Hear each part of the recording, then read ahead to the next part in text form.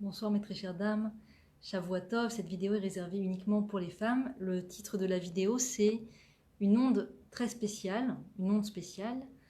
Je parle des ondes, vous savez quand on veut écouter de la musique sur la radio, il faut mettre la bonne onde, il faut chercher précisément la bonne onde. Si c'est pas la bonne onde, eh ben, la musique n'est pas très claire. Et puis si c'est la bonne onde, eh ben, on écoute de la belle musique. Eh bien c'est pareil dans la vie. Dans la vie, une personne juive est branchée. Branchée. Elle peut être branchée à ce qu'elle décide d'être branchée. Si elle est branchée à tous ces parasites qui s'appellent les réseaux sociaux, donc elle est branchée à l'onde Goïm. Il y a une onde où tous les êtres, les peuples de la terre sont branchés à cette onde. C'est Internet, c'est les réseaux sociaux. Tous les peuples de la terre sont branchés à cette onde. Et il n'y a pas de différence entre quelqu'un qui est en Europe ou en Amérique ou en Afrique qui est branché sur Internet et en Israël qui est branché sur Internet. Il n'y a pas de différence. On est tous sur le même réseau social, on est tous sur la même onde. On lit tous les mêmes informations, on lit tous les mêmes choses finalement. On reçoit tous le même type d'informations. Et il y a une autre onde qui s'appelle l'onde de Dieu, l'onde du Créateur.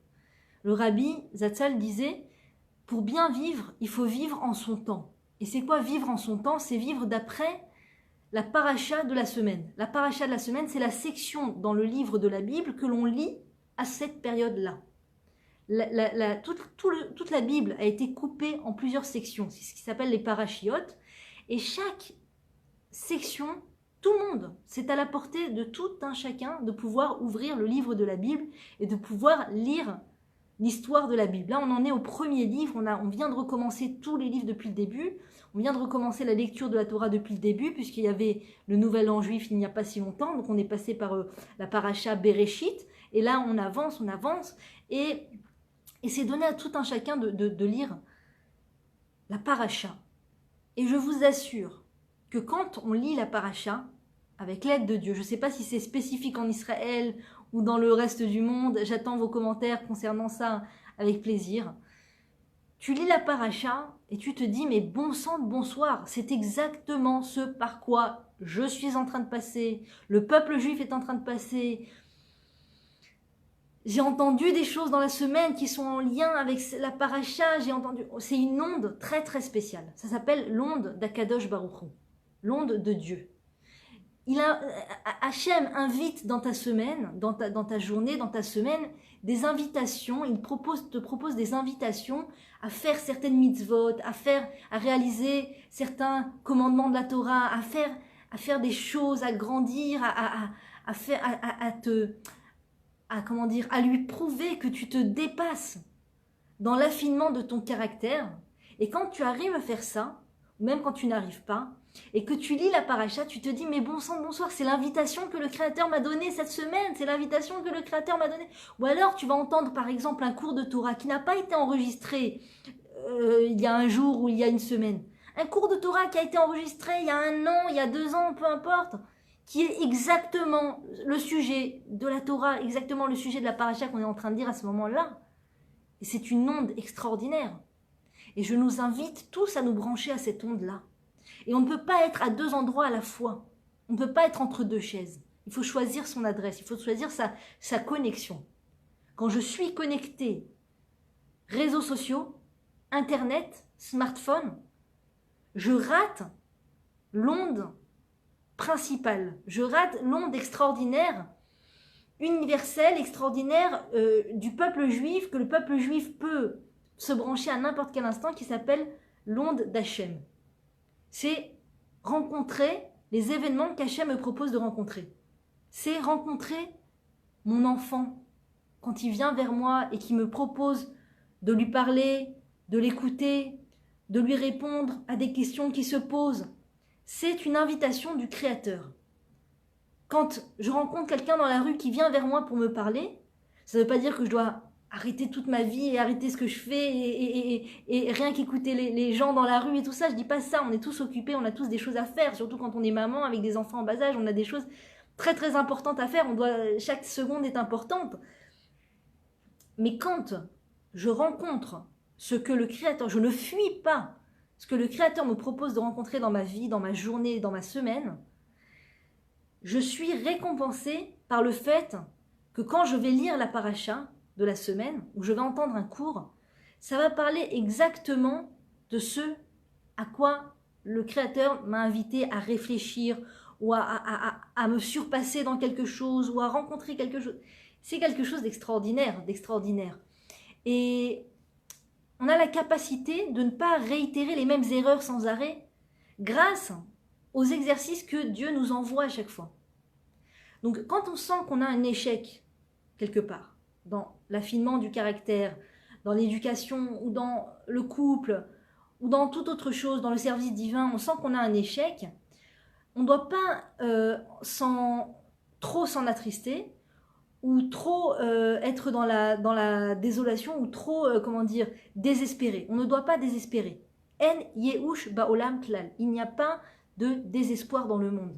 Ça n'existe pas le désespoir.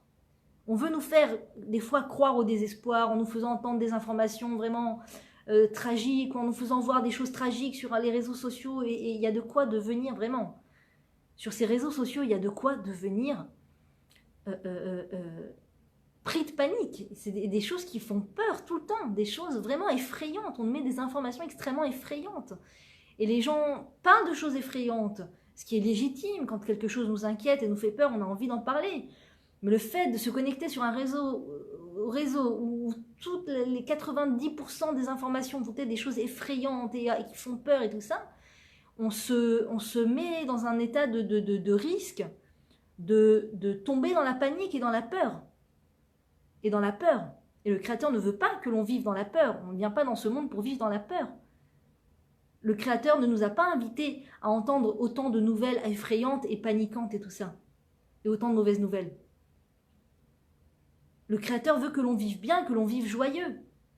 D'accord ? Si, quand je ne suis pas sur les réseaux sociaux, vient à mon oreille une mauvaise nouvelle, c'est aussi la volonté du Créateur pour que je fasse quelque chose avec cette mauvaise nouvelle, pour que je prie pour la personne pour qui j'ai entendu une mauvaise nouvelle, pour que j'en tire une leçon, etc. Pas pour que je juge la personne, mais pour que j'en tire une leçon personnelle.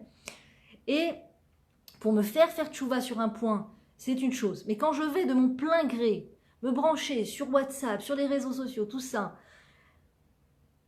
je reçois une quantité d'informations effrayantes et qui n'ont rien à voir avec moi, qui rendent malade l'être, qui pousse au désespoir, que Dieu préserve, qui pousse au désespoir. Et je rate l'onde du Créateur, la radio du Créateur, qui m'enseigne la Torah en permanence dans ma vie. Dieu m'enseigne la Torah en permanence dans ma vie, pas seulement, aussi quand j'ouvre le livre de la Bible et je le lis sur mon bureau, dans ma chambre, dans le salon, je lis le livre de la Bible ou je vais à un cours de Torah, j'entends Dieu m'enseigne la Torah, mais même quand je ne suis pas en train de lire le livre de la Torah, Dieu m'enseigne la Torah partout, par tout ce qu'il amène à mes oreilles, par tout ce que je vois, par tout ce que je rencontre. Il m'enseigne la Torah. Tout ce que je vis dans ma vie, tous les mots que mon enfant va me dire, le coup de téléphone que je vais recevoir, ce que je vais trouver dans le frigidaire quand je vais ouvrir le frigidaire, tous les événements de ma vie, tous les événements, ceux qui sont agréables, ceux qui ne sont pas agréables, c'est l'onde du Créateur qui est en train de m'enseigner la Torah, la paracha de la semaine, qui est en train de m'enseigner à grandir. C'est une onde extraordinaire que je nous souhaite à tous d'être branchés en permanence sur cette onde et de faire le lien avec ce qui nous arrive. Et la Torah et la paracha et la section de la Torah dans laquelle on se trouve à ce moment-là, et ce que le Créateur veut m'enseigner, et la fête vers laquelle on se rapproche, on nous dit que c'est important de commencer à étudier les lois de la fête 40 jours avant la fête elle-même. Étudier les minagim, les traditions de la fête, les lois que la fête nous enjoint de faire 40 jours avant